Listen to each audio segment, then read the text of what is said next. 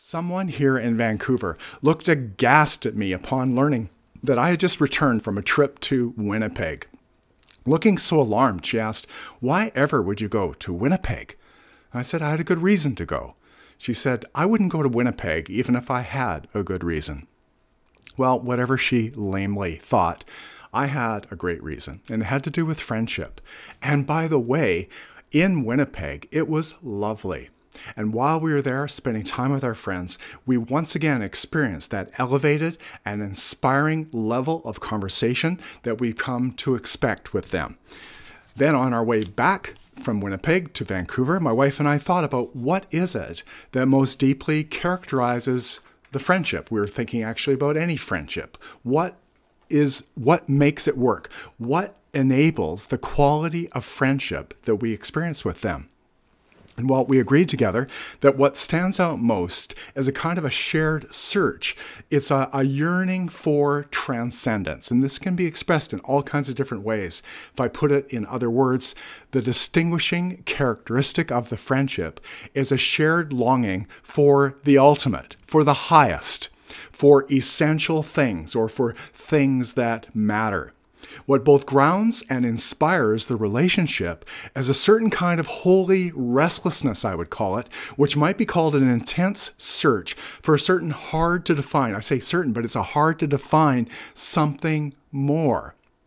It's an intense feeling that we couples share that none of us can live in any other way than to be constantly curious and full of wonder. As couples, we're on the same page when it comes to the sort of feeling or longing that C.S. Lewis expressed throughout his writings, as when, for instance, as a young lad, he read the book Siegfried and the Twilight of the Gods and felt himself entering enormous regions of transcendence. Pure northernness, he says, engulfed me.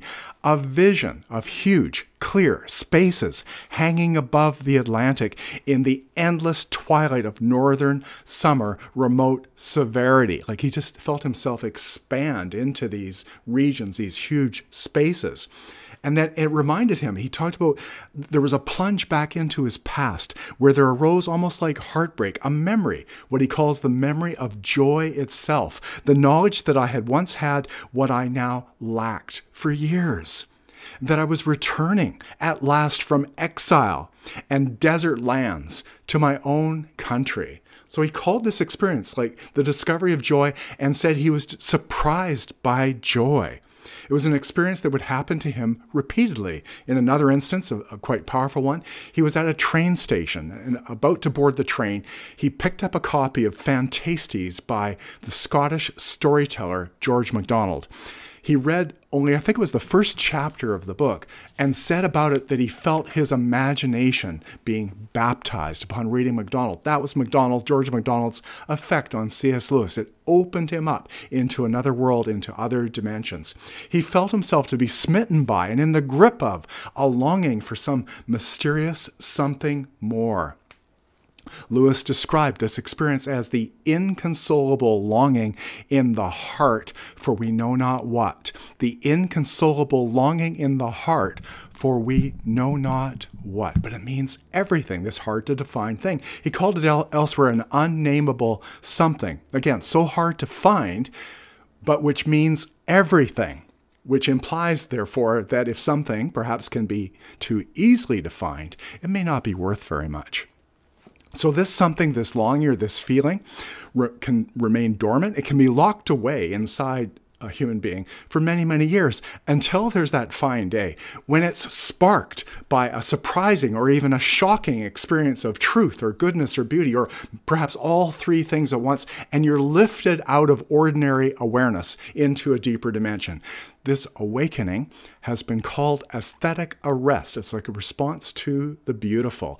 And it feels like some kind of incredible gift of grace that's been given.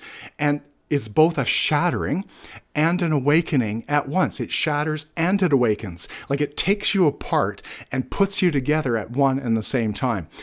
The experience both shakes and stirs the grateful recipient to the core of his or her being. The experience is an electrifying jolt to the system. Having been thus engaged, one hopes never to recover from such a blessed shock. This awakening has been described as a surge in the heart. The soul awakens, and the deepest longings of one's heart are, as someone has put it, fleetingly fulfilled. For Lewis, again, this was the experience of what he called joy, of pure joy. It's been described as a painfully exquisite joy, a painfully exquisite joy. Now, this experience of joy seems to come unbidden, but echoes in the heart, as somebody has expressed it, as the sound of the distant horn of a long-lost hero. I've always loved the particular words used by C.S. Lewis to describe what I'm trying to describe here, that fundamental or essential holy longing that creates friendship and enables the friendship to endure. Friendship, says C.S. Lewis, is born when at last you meet another human being who has some inkling of that something which you were born desiring, that you've been looking for, watching for, listening for all your life. The desire, says Lewis, is a certain incommunicable want. Like you can barely express it. It's an incommunicable want. It is, says Lewis, the thing we desired before we met our wives or made our friends or chose our work, and which we shall desire on our deathbeds when the mind no longer knows wife or friend or work. While we are, said Lewis, this is. If we lose this, we lose all. While we are, this is. If we lose this, we lose all. So he's referencing a sacred desire so deep, so essential, that to share it with another could well be the best thing that ever happened to you. And in my experience, its absence is what eventually kills relationships. Now, while in Winnipeg, I was delighted to learn that the first thing that both my friend and I noticed about our respective wives-to-be was that they were young women who always had their hands up in class. Like, that's my distinct memory of my wife-to-be. There she was, like, at the front of the class, arm up, always asking questions. Well, my friend's wife-to-be was the same. We both fell in love with young women who were seekers by nature. Neither of them were thrill seekers. That is, like, party girls. Like, forget it. They were party girls, always on the lookout for what are called, like, good times, like, I don't know, trips to Vegas, that sort of thing. Which means that the women that we decided to spend our lives with are truly thrilling. They're thrilling in the sense that each lady is more than capable of the kind of conversation on essential things that can stretch from dinner time to 2:30 in the morning. Well, there's an incredible sense of communion that can occur between friends who are engaged with each other on the level of this shared search for truth, for beauty, and for goodness.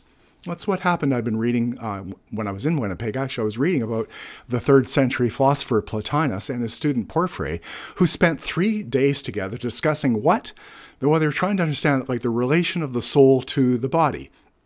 And there was somebody, it said, who was watching the encounter who got tired of watching it. I don't know, maybe thought it was fruitless or pointless. It's sort of like the sort of person who can't stand it when people get real with each other. And perhaps you've been in a social situation where this is what happens. You're at a social affair and you've just met somebody. You're beginning to talk with them. And maybe there's a shared sense of wonder about something or other. Things are opening up. You're beginning to sort of fire each other up. There's a growing and deepening understanding. And suddenly you're blindsided by somebody who throws cold water on the conversation by an inane or jocular comment. Well, in my experience, it can tend to happen almost all the time in social situations. It's as if there's some kind of power struggle going on everywhere between people whose concern is to elevate the conversation into these higher regions, what I'm talking about now, to uplift, and those who seem determined to extinguish the fire of holy inquiry. Well, I think friendships that matter and friendships that endure are built upon a shared yearning for and search for transcendence. The communion that builds up between us is because of a shared search for God. The wonder and the quality of the relationship stirs a deep desire. Like, this is the effect for me of having been with great friends, that I come back to my meditation cushion And then it's my desire, my deepest desire, simply to contemplate the still point at the heart of the turning world. Like the power of a great friendship is to take me into a profound inner stillness. Again, contemplating the still point at the heart of the turning world. Well, that's the power of a vital relationship in my experience.